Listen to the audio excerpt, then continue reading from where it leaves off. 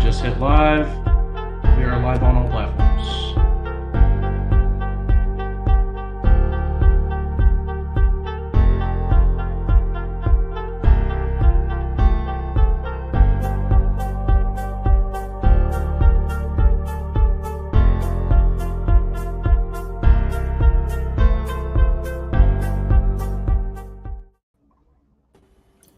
What's up, everybody? Welcome back to episode 6.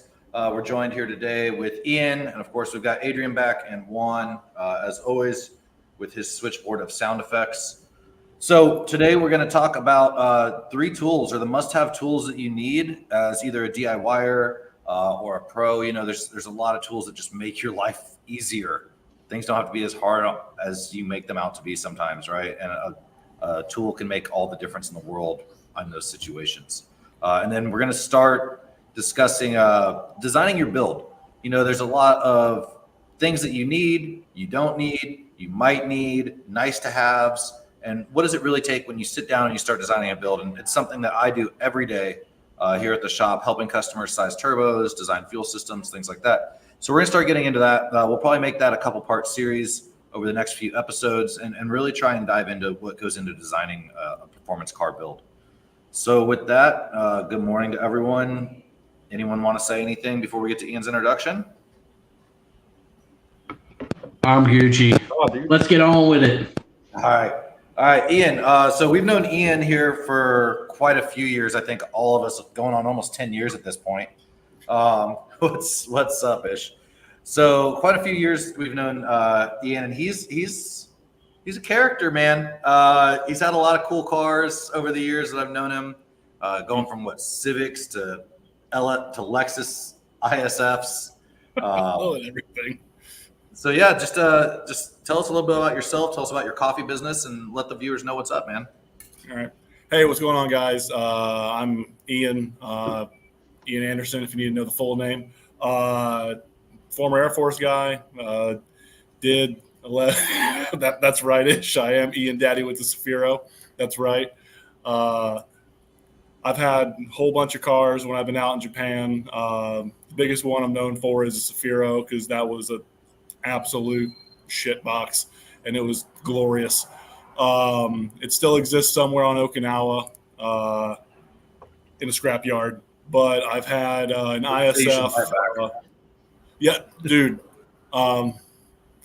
If I had money to bring it back with me, I would have. I found a Mark II Blit, so I might be hitting you up for some tuning stuff. I found it's basically bone stock. You know what's crazy? Not to interrupt you, dude, but the Safiro of all chassis, and me and Adrian were talking about this, I think on episode 1. I got to the Philippines down here, and A31s are everywhere. Dime a dozen. Yeah, dude. They are the tuner drifter platform of choice. Everyone just slams an RB25 in it, calls it a day, and puts it on the track. Well, I mean, it works. Skip going away from the introduction right quick. When I had my Safiro, right as I was getting out of the military, I developed a weird engine issue in my Safiro. And I mean, the engine ran fine. It was just when it would be right there when the wastegate goes to actuate, it would hit like a wall, so it wouldn't want to boost, and it would do this weird stutter. And I never understood what it was doing. And I put a roof rack on around that same time because I was hauling tires and a bunch of other random stuff, and I just equated my fuel economy having itself to just how aerodynamically inefficient the roof rack was. So when I turned the car in, because I was building an engine with David Weil, or they were building an engine for me at Black Ship at Kurofune, and they tore my engine apart. And Eric, he messaged me. He's like, 2 of your cylinders no longer have piston rings, and I'm like, what does that mean? And he's like, you're driving a 4-cylinder. And I was like, shit. Not my car never dropped any cylinders at all. It ran like a 6-cylinder. It never sounded weird. It just wouldn't build boost. And he's like, no, bro, I'm looking at your car. 2 of your cylinders don't have piston rings. And so I guess Nissan and the Safiro decided to do a handshake deal, and I guess maybe those piston rings exited the chat, and the Pistons themselves decided to pick up the slack and not drop those 2 cylinders, but my turbo decided I didn't want to boost anymore. I still don't know how that all relates. I'm not intelligent at all, even less so about vehicles. But yeah, man, that was a cool car, and I miss it. My Nina, my oldest, is always like, "I miss your Safiro. I miss your car that said Om Nom Nom on it." And but oh hey, Oh wow. Yep. Those, Yep. Yeah, those are that- those are some pistons that I pulled out of a Harley this week. heck Oh, yeah, yeah. dude. The dude said that he had a freaking. He's like, I got a blown head gasket or something, and I was like, oh shit. So when I pulled the head off and got down to the piston, I was like, that one's missing a piece of something. So I pulled the jug off, and that's what the piston looked like. So speaking of burning up piston rings, that thing just Heck burned the yeah. whole piston. Yeah, man. I mean, I've done that. Went back to the States. Did just whatever, trying to reroute our lives back to Japan, and got into coffee before I left Okinawa, and the coffee demons were pulling me deeper and deeper. And yeah, man, I went from just drinking craft coffee to buying beans to save money because I'm cheap. And then I decided to start getting into roasting because I realized I was getting even cheaper. So it made sense to spend a little money up front. So I'm actually saving money on the back end roasting coffee. But yeah, I mean, still working a GS gig out here in Okinawa, and slowly starting to roll into the coffee thing because I don't want to like devote too much time to one thing and burn both things out. But I have had multiple people telling me that the coffee is already sale worthy. So Dude, that's actually, I wanted to tell you while you're on here, man. I don't think I messaged you and actually told you this. So Ian, like, went back to Okinawa for like 2 days just to pick up my daughter and touch a few cars there sexually. And Ian messaged me out of the blue. You know, we've been chatting a little bit, but he messaged me and he goes, "Hey man, where are you?" I was like, "Well, I'm at this hotel in Chatan." He's like, "I'm bringing you coffee. Do not leave the hotel." I was like, "Oh, dope." Because I was flying out at like 5 a.m. the next morning or something silly like that. I was leaving. So Ian drops off 2 pounds of coffee to me, like 2 small tasters of beans. And I've got to tell you, man, you know, I'm big into coffee, and Ian's like so serious about it. He's like, how do you brew your coffee? What kind of water do you use when you do it? I was like, Distilled only. yeah, I was like, I got a grinder, I got an espresso machine, right? It's forced hot water through it. It's good, bro. Like, relax. He's like, just making sure. I'm making sure. So you gave us the Bali. That's such an Ian thing to say too. I think you gave me the Bali coffee, right? Was Yeah. one of them. And what was the other one? Honduras. The Honduras. So that Honduras coffee, my girlfriend straight up said it was the best coffee she's ever had. It is her new favorite, and she's wondering how we go about getting it shipped to the Philippines. So we're gonna have to figure that out. Yeah, we can figure it out. So I was obviously my luck. I'm the kind of person where I have good things happen to me, like in the worst times. And so like I tell people that I have like perpetually good bad luck. And so I got into coffee when it's literally the worst time to be a coffee roaster, because like raw coffee costs the most it's ever cost in the history of coffee because inflation and life and America. But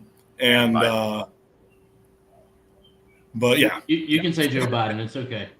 yeah. Well, no, I thought at first I stopped for a second because I thought he said stand by, and then I was like, yeah, and Biden, yeah, that's right. Nah, yeah, man. And so I'm glad everyone that seems to be the big thing, either the Bali or the Honduras. Everyone's like, Yeah, like some of the dudes I work with, they're more operational guys, and I've been cornered by them every once in a while. They're like, "Where's my coffee?" And I'm like, "You've been TDY, sir. I have not seen you." And they're like, "Yeah, bitch, but I'm back now, and I want my coffee." And I'm like, "Okay, I'll go roast some coffee. I'm sorry." So, So what's the name of your coffee company? Do you have a So name? it's- Do we have a logo yet?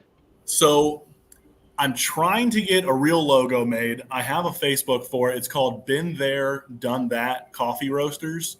Currently, So I'm if you want to looking find it and at pull it up, maybe. that'd be cool. Yeah, dude. I'm looking to possibly change it in the future, but it fits because the name Been There, Done That comes from kind of how I've my adult life has been, and so I've kind of done a little bit of everything, and especially when I got out of the military, going back to my introduction, I was scrambling for things to do. And hey, that's me. And so I, yeah, stupid Bob kid. going, I forgot about all that stuff. Yeah, so I'm a clown, and I make serious. I enjoy making serious coffee, but I am about the furthest thing away from a serious person. Um, and but yeah, like I got out of the military unexpectedly, like it was a surprise to me, and then ended up trying to find relevance in Okinawa to stay in Okinawa, and couldn't get a job. Found out my resume sucked, all that garbage, and went back to the States. When I was in the States, I worked at Naval Station Norfolk as an inspector for operational teams. That's I was a home terrible. inspector. What's that? That's terrible to have to work in Norfolk, dude. Well, yeah, working in Norfolk was terrible. Like, Yeah, I was gonna say, dude, because I got stuck in Portsmouth when I first got out. I was working in the restaurant industry, specifically with Panda Express, and at the time I was working with a private industry, and I got sent out to Portsmouth Naval Station to work at the Panda Express in the hospital and kind of turn that store around before I went back to North Carolina. I will tell you, the first experience. I know I cut you off, man. I'm sorry, but like the first experience I ever had in Portsmouth. I couldn't find a hotel. Didn't realize how small Portsmouth Naval Station was. It's literally just a hospital and some like dental and shit like that. But I parked outside the gate in front of this ABC store, and some car pulls up behind me, and I'm like, oh shit. Well, I've got my Glock. I'm like, all right, I'm ready to shoot out whatever is going on. I don't know what the fuck's going on, but we're about to find out. So this guy walks up with a flashlight, shining it right into my side view mirror, so I couldn't see who was walking up. So I got my hand on my pistol. I cracked the window, and I'm like, what's up? And he goes, I'm with Portsmouth PD, and I'm like, oh, okay. I was like, I'm gonna take my hand off my gun. I was like, what's going on, man? He goes, well, this ABC store got robbed 2 days ago, and about a week ago there was a triple homicide at the hotel across the street. And I'm like, okay. And he goes, so this is probably not the place you want to start or stay. So you might want to find somewhere down Military Highway or something. Find a new hotel. I was like, all right, good to go, man. That's my experience with Portsmouth, like that whole Tidewater area. Dude, I will never willingly go back. Now, don't get me wrong. Oceanfront, like Oceana and stuff, that's a fun place to go at night if you have the right people with you. So just to be clear, the cop randomly stopped you at night because he was concerned for your safety, right? Sure. In front of the liquor store that had been robbed. Got it. Yeah, of course. America's police keeping us safe as always out there. So yeah, I think it's time we jump into some tool stuff here. I think Ian's coffee is going to start blowing up. A lot of people didn't realize that Ian made coffee, and it is delicious. If you guys get a chance, definitely beat Ian up and steal his coffee beans. Thanks. Yeah, you guys seen his Facebook? Been there, done that. Coffee Roasters on Facebook, man. Let's get him to 1,000 followers. He's at 91 right now. Let's go ahead and bump that up. Let's go. Oh shit. No, yeah. So with the coffee thing, I am happy. I'm happy to send people coffee and stuff like that, and like sell coffee and all that jazz. But I'm still not a legit business. So I just want to put that out there. Like I'm happy to I sell coffee and stuff like that, but the big thing that I do my coffee stuff on right now is feedback. And so like At good or bad, irs.gov. I'm a big boy. And so if my coffee sucks for you, then it might just be you sucking it well. There you go. And then at like maybe your taste buds just suck, but I mean every once in a while I do not do a good job roasting something. But yeah, man, I mean I'm definitely down, but my intent as of right now was a coffee shop for locals and the homies, but I am happy for homies all around the globe who need it and who can get it reliably. Not Seth because he lives in the Philippines and they're people who like to go through your mail. But Don't I know it? or 2 days if you live shipping, in 6 weeks before it clears customs. or if you live in Sharks, Texas, like I used to, they go through your mail and they steal everything. And then they're like, we never got it. And I'm like, that's weird because my tracker says you got it. And they're like, who are you going to believe? And I'm like, probably my tracker. And then they're like, well, we don't have it. And I'm like, oh, all right. No, it's the same here. I had my delivery guy ask me where my shop was because he couldn't find the 11,000 square foot shop with the signs and the glass door frontage signs. So anyway, in his defense, 11,000 square feet is not that big. That's only like, if I'm doing my math correctly, like a 10 by 10 shop. Yeah. Yes, 10 hectares. Common core. Ian comes on and just shits on you. That's great. So, all That's right. fantastic, bro. Because Nobody ever everyone wants shits to, on Seth. everyone wants to know who the handsome brown man is in the bottom right corner. Yeah, Adrian, you've been gone for a couple It's weeks, Ian. and so introduce yourself to our new viewers. You can stay, bro. Yeah. Why are you leaving? Yeah, don't fucking leave, dude. You're in this. So, Adrian, why don't you kick us off with your must-have tools and tell some of the new viewers who you are since you've been fishing. Yeah. Yeah, fishing. Retired boat life and being Florida man, doing Florida man things. So yeah, everybody, I'm Adrian. I'm the ballerina of this group when it comes to driving because I do all the drifting stuff. And Not dancing because he sucks at dancing. yeah, it's just everybody kind of, when you race, everybody just has like this stigma about drifters that we're kind of like the John Daly's of motorsports. So yeah, I'm that guy in the group. But You're skating. oh, look, it's a puppy. Yeah, so that's me. And part of, I guess, for building the drift cars, on my end, tools that I think everybody should have. First of all, common sense.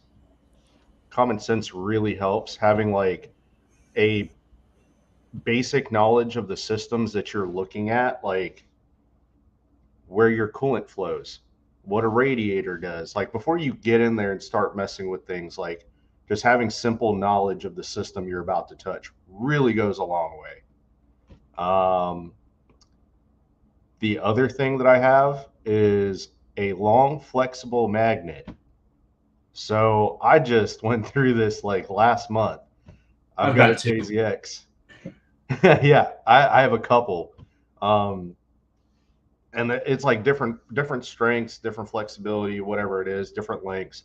I was doing the valve stem seals on my JZX 100, getting it ready for the dyno, and the pin for that like swivel arm that you compress the valve spring with, the kit that I bought didn't have like a circlip or a spring pin or anything to kind of keep it from sliding out. So I literally did every single valve, and I get to the very last one that's tucked up under the firewall a little bit, and to get the tool back out, like I had to kind of lean it, and I leaned it back, and the pin fell straight down through the oil return passage and hits the oil pan. Ew. Yeah, and you know, if it wasn't for like the magnet, like I wouldn't have been able to get it. I mean, in most cases, depending what you have, you could probably go through that oil passage and twist it around and find it. I actually had to drop the oil pan. Luckily, I'm a front sump, so I just go in there with a 10 mil, drop the oil pan, stick the magnet, and it's telescoping. So I go up in the cavity, and I'm like 2 inches at a time, extending this thing, and I'm like fishing it back and forth towards the back of the motor Just until like I hear his it click. life. Wait, it's a telescoping flexible magnet? Is that what that is? No, so the head swivels on it, but it's a telescopic. This one's telescopic. Where'd you get this magnet from? Because I might need that. Guess where? Harbor Freight. Harbor Freight. Your friendly neighborhood Harbor Freight. Hell yeah. Yep. And what's crazy is I do have like a Snap-on one that is flexible, but I was just like, I just want to get in there and be able to control it. So that worked out great. So yeah, things like that. If you drop things in your motor, for me, like I've got 5 bad discs in my back. So bending over when I drop bolts or sockets on the ground, working from the top, like, dude, I don't even get on my hands and knees to reach under the car. I literally get that magnet and I like reach down through the engine bay and like pop. You lazy bitch. Yes.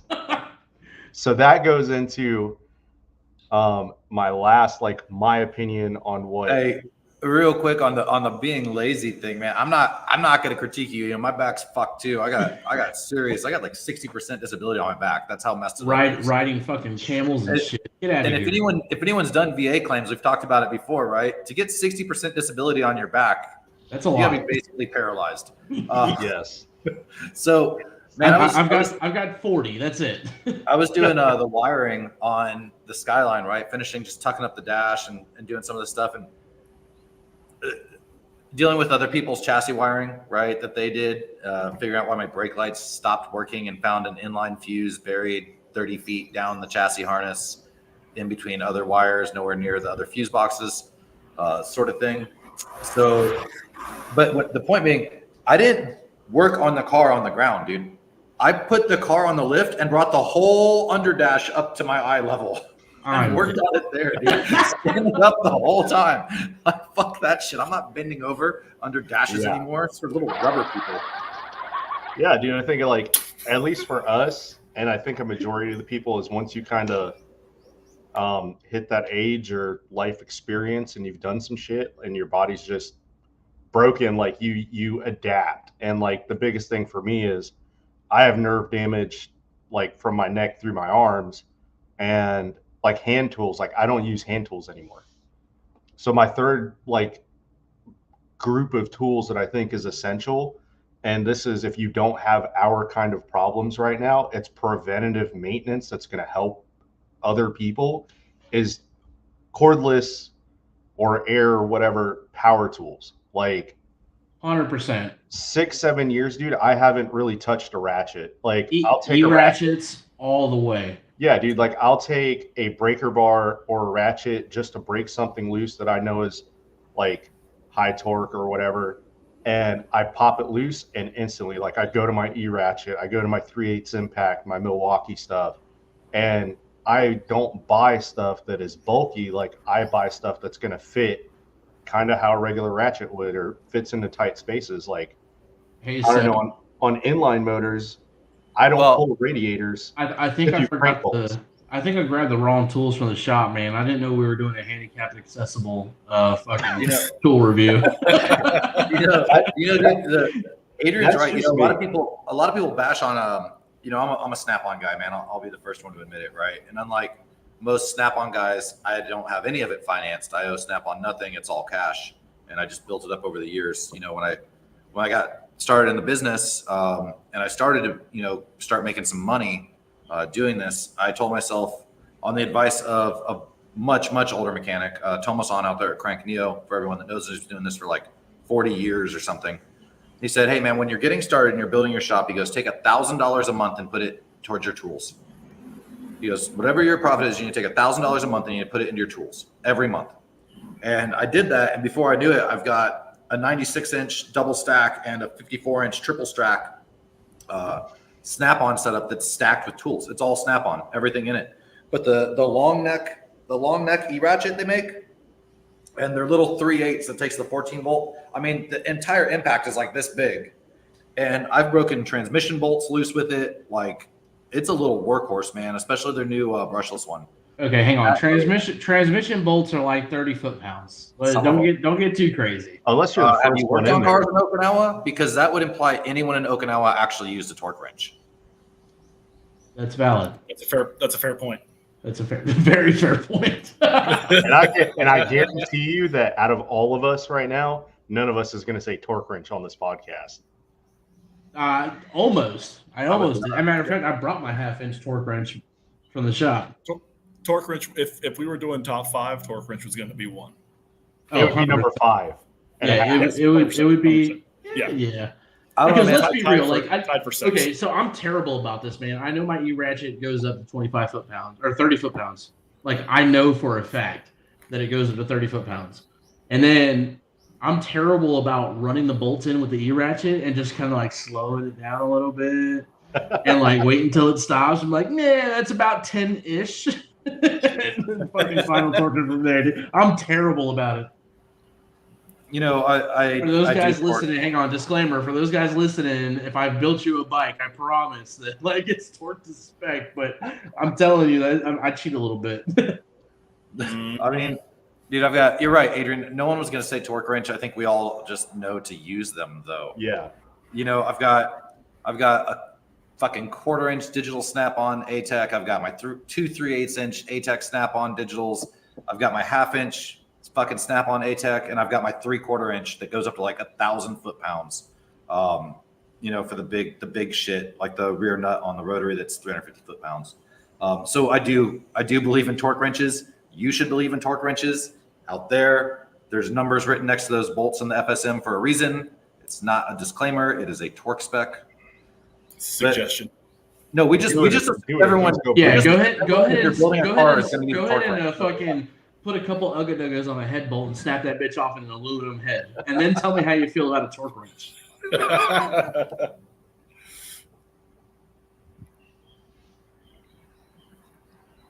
So I mean that's it. My thing is electric power tools. So if one of these guys there, Juan, take it over. All right, man. I actually brought some tools from the shop. So those that have been to my shop and been to my house know that I only live a mile from work, which is actually really nice. I didn't plan it that way. It just kind of worked out that way. So the first thing that I wanted to talk about, Seth kind of stole my thunder. We were talking about this earlier in our group chat, kind of coming up with our top 3 tools. And he put multimeter, which was going to be my number 1. So I'll let him talk about that. So you're stealing it back now? What the fuck is this? No, Dick. All right. So then we come up with my next number 1 tool would be my Matco flex head ratchet. It's an 88 tooth Matco series number.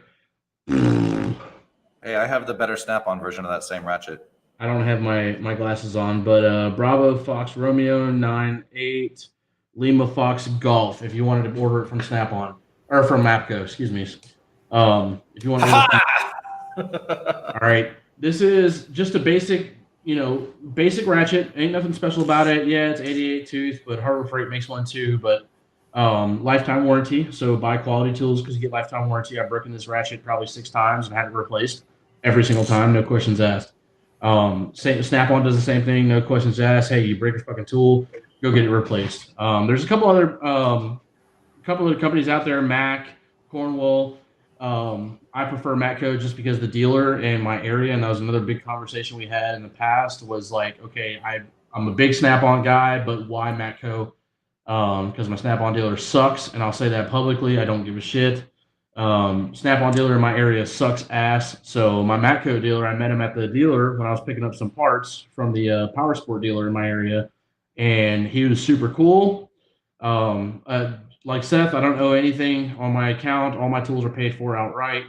So I'm very fortunate for that. But like I said, Matco is my go-to, and I know every other major brand has them, but it's a flex head ratchet. Cool thing about this, man, is instead of buying a speed wrench and a ratchet, I just get a flex head, because at the end of the day, when I put it on, I go 90 degrees to the side. That's not 90 degrees. 90 degrees to the side, lock it in place, and I sit here and spin it like a speed ratchet. It's fucking awesome. Love my speed ratchet, man. So that's number 1 that I like the most. The second, I would say the second most important tool, again, guys, I build motorcycles, man. I do work on cars every now and again, but I build motorcycles, specifically Harleys. That's what we specialize in. I've got snap ring pliers. All right. Seth was going to argue this and give me some shit about it, but snap ring pliers. I've got push in, I've got an opening and closing type, and they're all spring loaded, but snap ring pliers. If you ever worked on a Harley, then you know snap ring pliers will save your life when it comes to doing cams. If you're doing a cam chest, to get those cam bearings out, you need snap ring pliers. If you're going to do a BMW rear wheel bearing, snap ring pliers. Gotta have them. Okay. I've got all different types of snap ring pliers. But this is my main set that I use on the daily, especially working on Harleys. If you're going to change something as simple as a brake or clutch lever, snap ring pliers, you're going to need them. And then last thing that I have, I brought my my Matco electronic digital caliper. Again, every other major tool company makes them. I know you can get some from Harbor Freight for like $10. But a caliper will save your life, man. If you don't know what size bars you're working on, if you don't know if you're the car that you bought and you're working on it, you don't know if it's been bored over, you don't know if you've got sleeves or not, this is the way to find out. If you know the standard bore on your cylinders, take this tool and measure it. And if it's anything bigger than that, 9 times out of 10, it's been bored over, or you just got a fucked up cylinder. All right. But you want to take this tool here and measure it. Rings and board your own engine while driving. Yeah, or you lost your piston rings and board your own engine, Ian. So like I said, a caliper tool will save your life. Second to this would be like a micrometer set. Also very helpful if you're building motors. If you're doing just general maintenance and repair, though, this is still a tool that I would absolutely have in my toolbox. Just because, you take a 2000 Ford Ranger. They've got front wheel drive, rear wheel drive, all wheel drive. Okay. Or 4-wheel drive, excuse me. Or not front wheel drive. You got 4-wheel drive or rear wheel drive, excuse me. And when you take that, if you take a 4-wheel drive brake setup and you got brake calipers, they might come in different millimeter sizes. You might have a 65 or a 68 option. You need to know what size calipers are on that car. Take one of these bad boys, measure it out. Okay, you can measure from center to the outside or outside to outside, but this is definitely going to help you in that case. So you're not spending $200 when really you should have bought the 68s or the 66s that cost maybe $150. So like I said, can't go wrong with these. The ones from Harbor Freight, they're just as good if you're a DIY guy for sure. Spend the $10, spend the $15, get a nice caliper from Harbor Freight. This one is a little bit more expensive. I think this is in the 120 range from Matco. But again, guaranteed for life. If anything happens to it, I can turn it in and replace it. So I'm going to jump in here real quick and steal thunder back from Juan. Yeah. So if you're serious, right, about rebuilding engines, maybe as a DIYer for yourself, or you're serious about, if you're doing it professionally, you damn well better. There's an entire plethora of these type of tools you need, right? You need your calipers, you need your micrometers, you need your T-bore micrometers, right? And what that does is what Juan was talking about is measuring your piston bore with a caliper, right? And that can tell you if it's bored over, but that's not the right way to do it. Because on a lot of performance cars, the bore actually right there in the last couple of millimeters opens up just a few thou, right as the crown reliefs, right, going into the combustion pocket. So you have a T micrometer, which basically is a long handle, and you put different length adapters on it closer to your bore, and then it's got a small feeler on the other side, kind of like a dial gauge.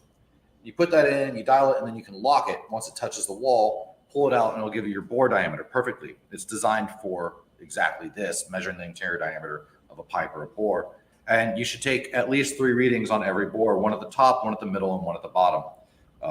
That will tell you, 1, what your actual true bore is, and 2, if your bore is ovaled or if there is wear along the bore wall face from the bottom of the stroke to the top of the stroke. So yeah, Juan's dead on. You have to have these tools, and you need the right ones if you're going to do this professionally, right? As far as brands, I really like Mitutoyo. It's a Japanese brand.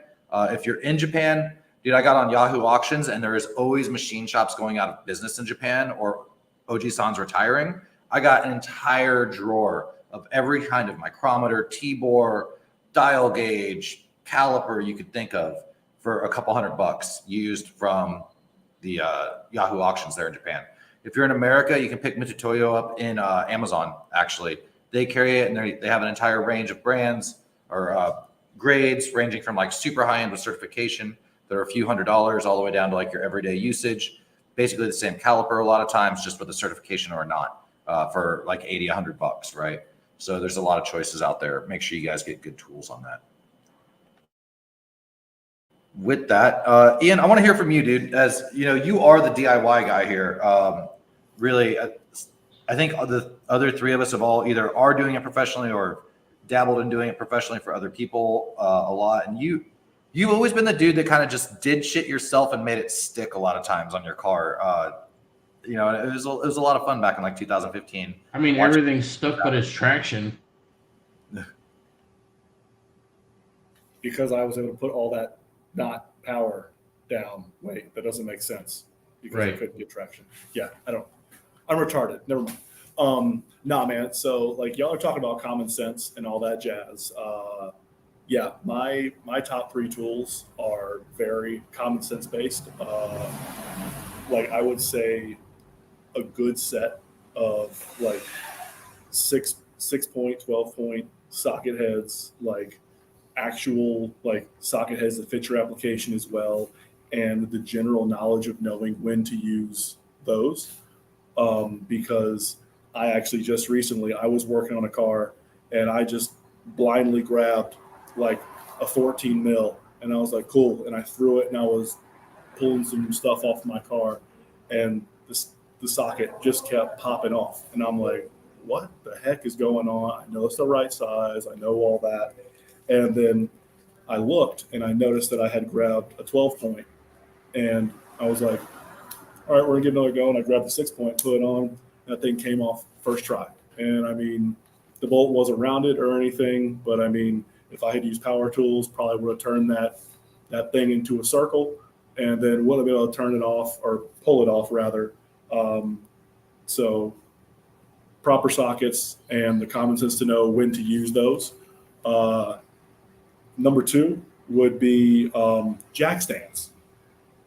So, bro, here What in do you mean you don't Okinawa- want a car falling on you when the jack fails? dude. What So- is a hydraulic leak in Jack a stands are jack? pretty much a required piece of equipment. Yes. dude, like, so, and I'm guilty of it myself in my old days, but since getting out of the military and putting on 55 pounds of just general mass, and not all of it is attractive mass, I now need jack You're stands. beautiful. Don't let anybody tell you different. You are beautiful. You know what And to your say to little make a your girl little gray blush. patch too, man. That's The beard has always been fierce, dude. yeah. Even Well, when he I was know. active duty, that's bullshit. Well, sucks to suck. So anyway, nah, man, like now as a thicker man, my body touches the underparts of cars, and there have been a couple times where like there have been wiggles from vehicles that I do not have jack stands on, and I'm like, I have kids. I don't want my SPLI to have to get paid out to my family yet. So I'm gonna go ahead and affix myself some jack stands, and it's been magic. And then I mean, as y'all said too, electric tools, bro. Like, yeah, I'm not. I mean, we're all disabled in varying degrees, both physically and mentally. But I mean, like, I can still use manual tools, but I'm lazy, and so I like power tools because they're great. Like, I will say, my first experience with like an electric socket wrench, I was putting down some bolts on the old on the head cover of my old Honda, and I did not know the foot pound, and I just was like going hardcore. That thing went and just snapped the bolt off, and I was like, okay, we're gonna bring it down until we feel some tension, and then we're gonna bring out a little baby boy torque wrench and make sure those 3 foot-pounds are met or whatever it is. And because in my dumb DIY brain, I was like, oh, metal's strong, and then it was until it wasn't. Like, it got tight and then it suddenly got loose, and it's like that. I don't know if you've seen that GIF or meme of Sully where he's like and like the eyes get real big. That was me. Not that guy. And Dude, I still don't understand how people strip fucking head bolts. I mean, you gotta, like, for example, you take a Chevy LS, like LS3, let's say, and you're torquing that some bitch down, dude. It's 90 foot-pounds on the first pass, or it's a 70 foot-pounds on the first pass, 90 on the second, and then plus 90 degrees. And I'm like, yo, I'm afraid that I'm gonna snap these damn bolts in the head. But people actually do it, and I'm like, how? Yeah, do you know why? I can tell you why right now. The same reason people crack the heads when they do that. They don't clean it, right? So there's oil in there still. Water. There's oil, water, or Coolant. The idiots, they're like RTV or sealant, right? What happens is property of hydraulics, guys, the same way that lifts work, right? You compress oil and compress oil and compress oil as you drive that fucking head stud in, and it's got nowhere to go except out the side, or it adds enough resistance that the stud snaps, right? That's how that happens, because people are fucking lazy. The other part, like for instance with SR20s, right? So if you order the ARP head studs for an SR20, they don't actually bottom out in the block.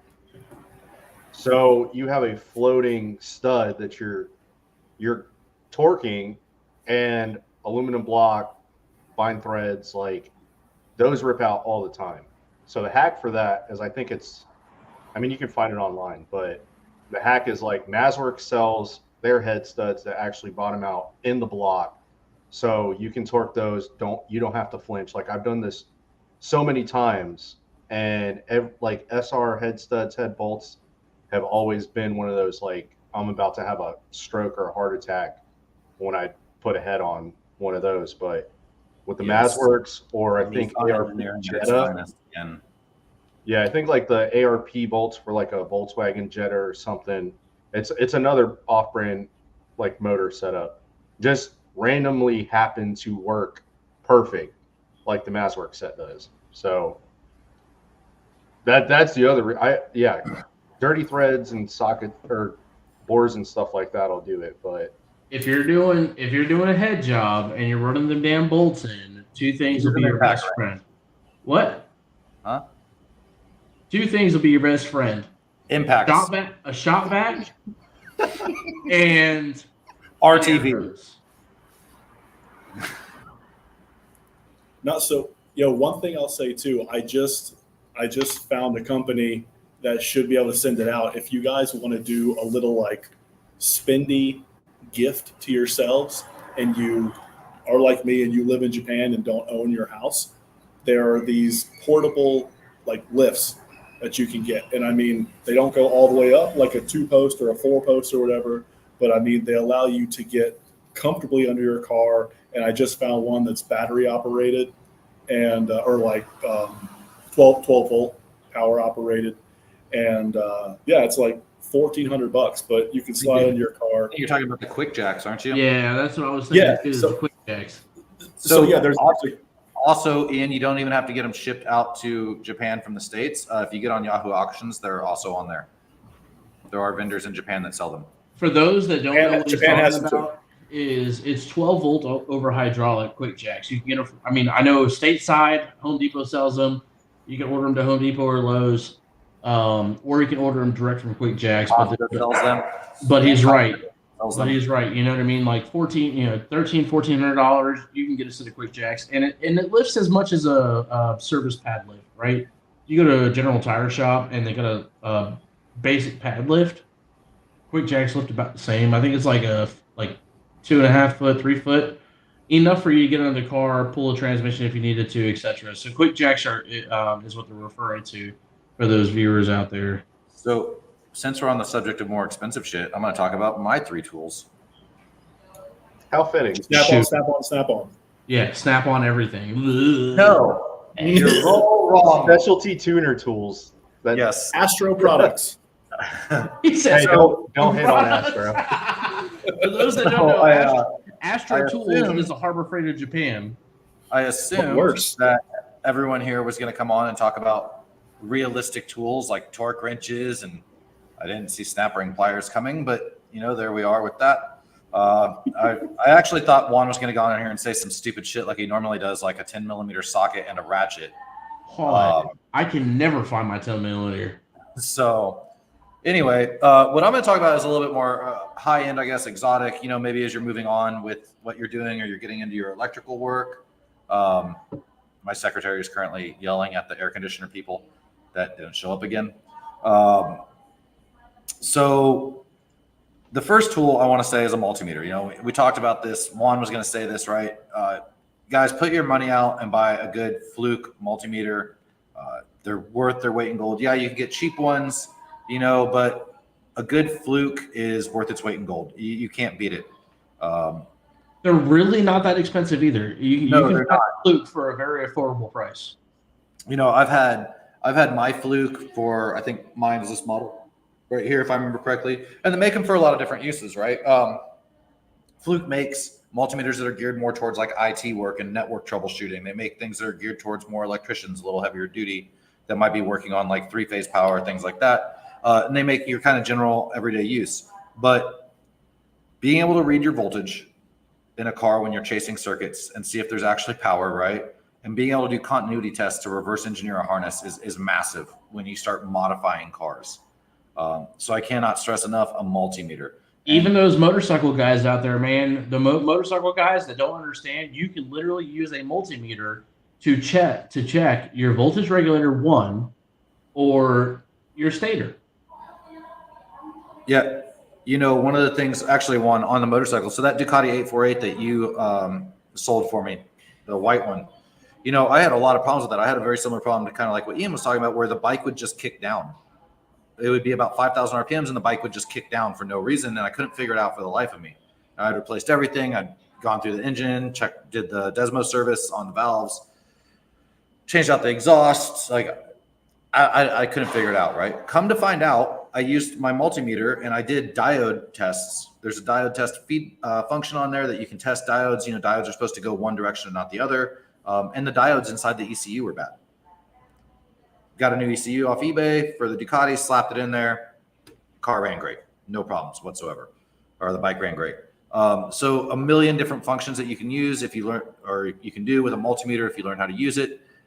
It can save you days of time chasing those parasitic drains, chasing those weak grounds. It will save your life, right? Checking the resistance on a stator or a relay. And then the other thing I would say, and this is a lot higher end. It's not for everyone, obviously. It would be a oscilloscope. And an oscilloscope allows you to see things that a multimeter can't, right? You can watch waveforms such as trigger patterns. You can see how strong how strong the actual things are that are coming out, your voltages. You can back panel and you can log it, right? So you can actually hook this up. It goes into your computer. You can set your wave height, if you will. So it comes out like a grid square. So how many grids above are, is it a 0.1 volt multidivision or 0.001 volt, right? You can go down to these infinite finite details, and then you can space the horizontal across as time, 1 second, 1 millisecond, 1/100th of a millisecond, right? Depending on how high end your picoscope is. Now this is a site, autonerds.com. Yep. And they've taken picoscopes, which are my scope of choice, and they've built them into kits.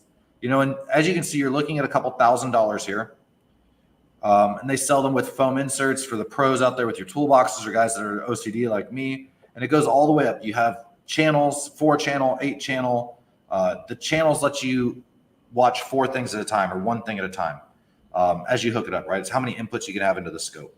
And they have probes for power, coil on plug, CAN bus. You can do CAN bus reverse engineering using this and feed it into a CAN bus protocol. So if you're out there trying to do some of these high-end custom motor swaps, You know, guys are getting ever more creative with what they try and shove old JDM engines into, right?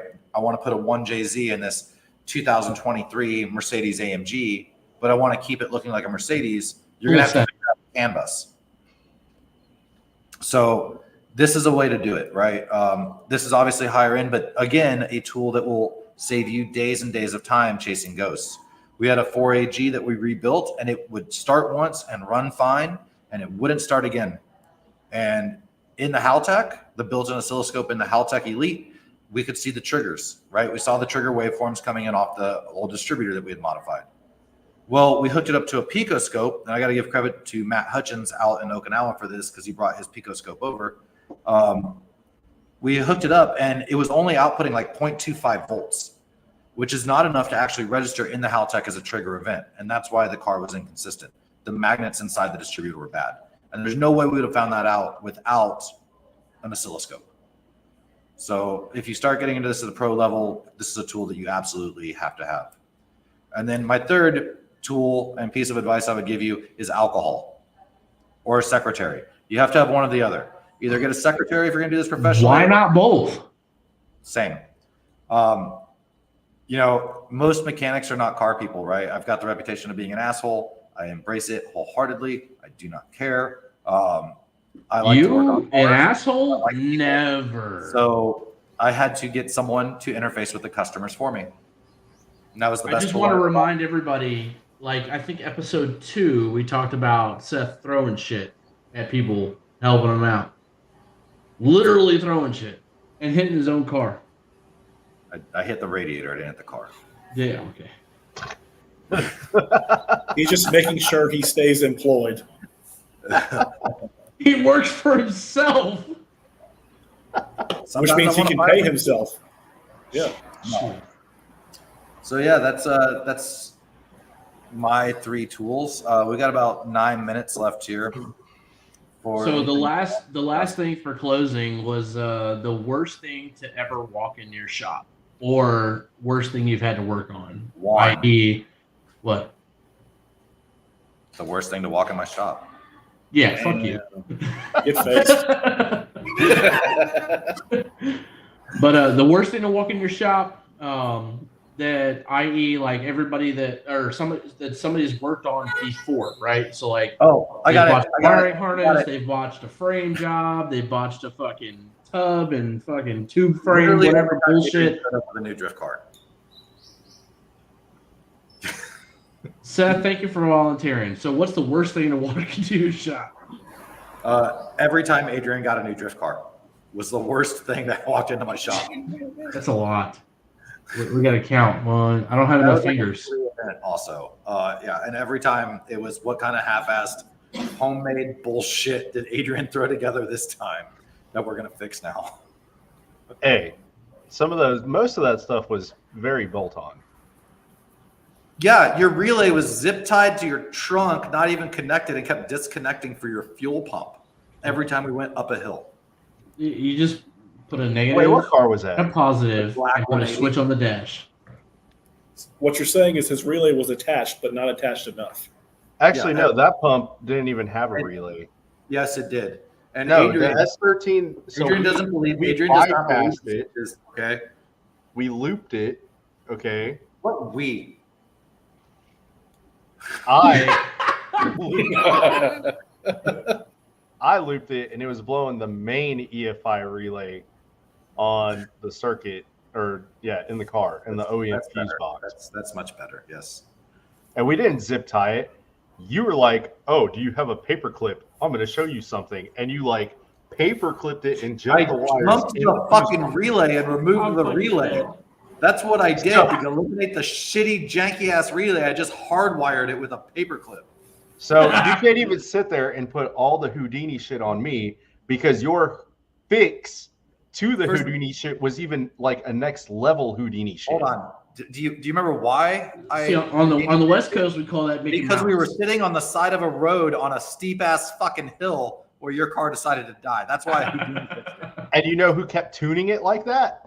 Me. Not me. Well, it was running then.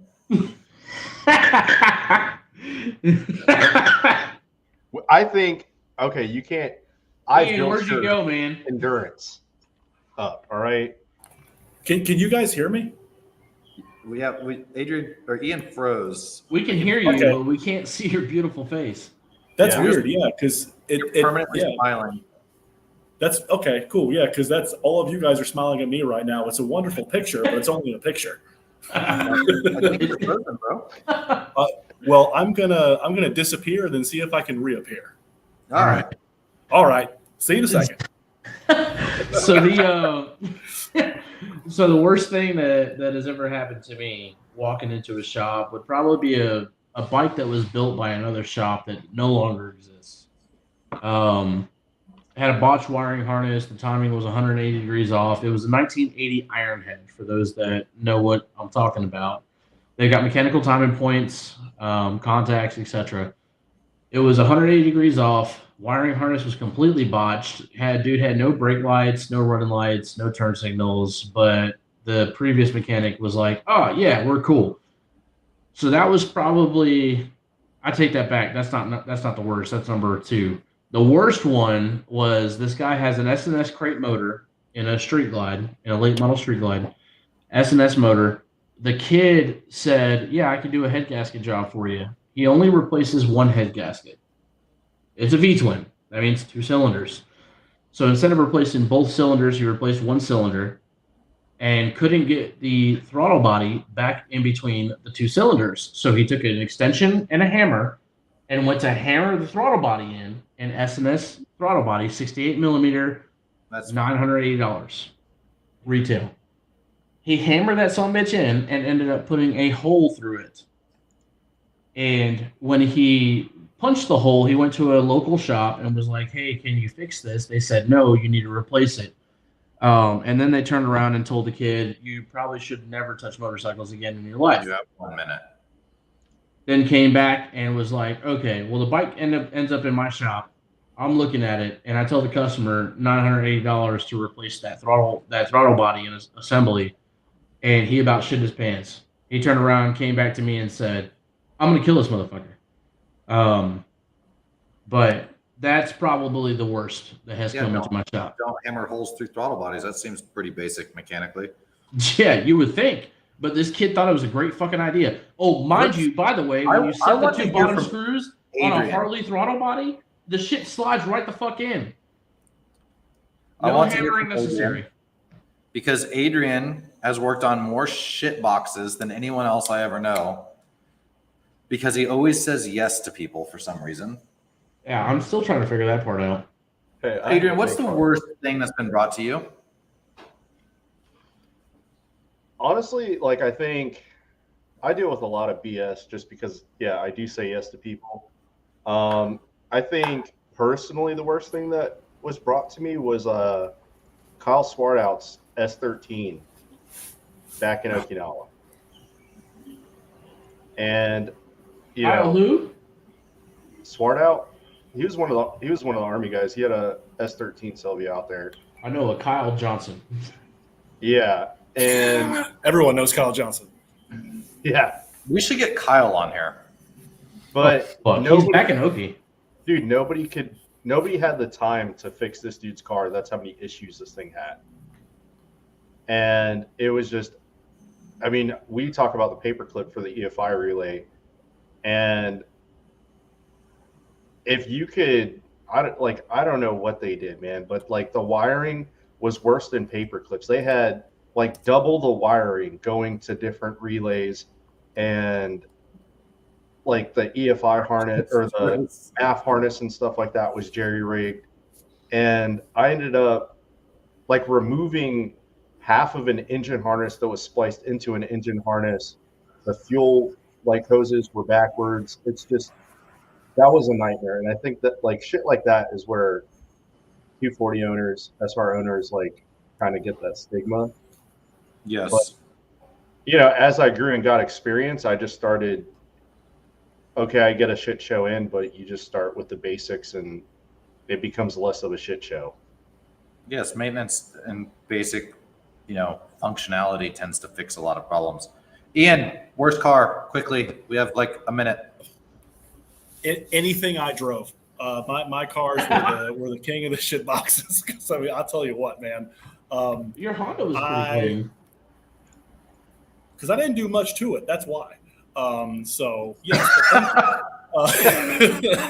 but no, man, my Safiro was a botch job and a half. I remember that I had a larger turbo on it, and it had a custom downpipe that was cast, and then the cast broke. And instead of getting a new not cast one made, I used some high temp RTV because that's just as good as metal, and it went about as well as it sounds it did.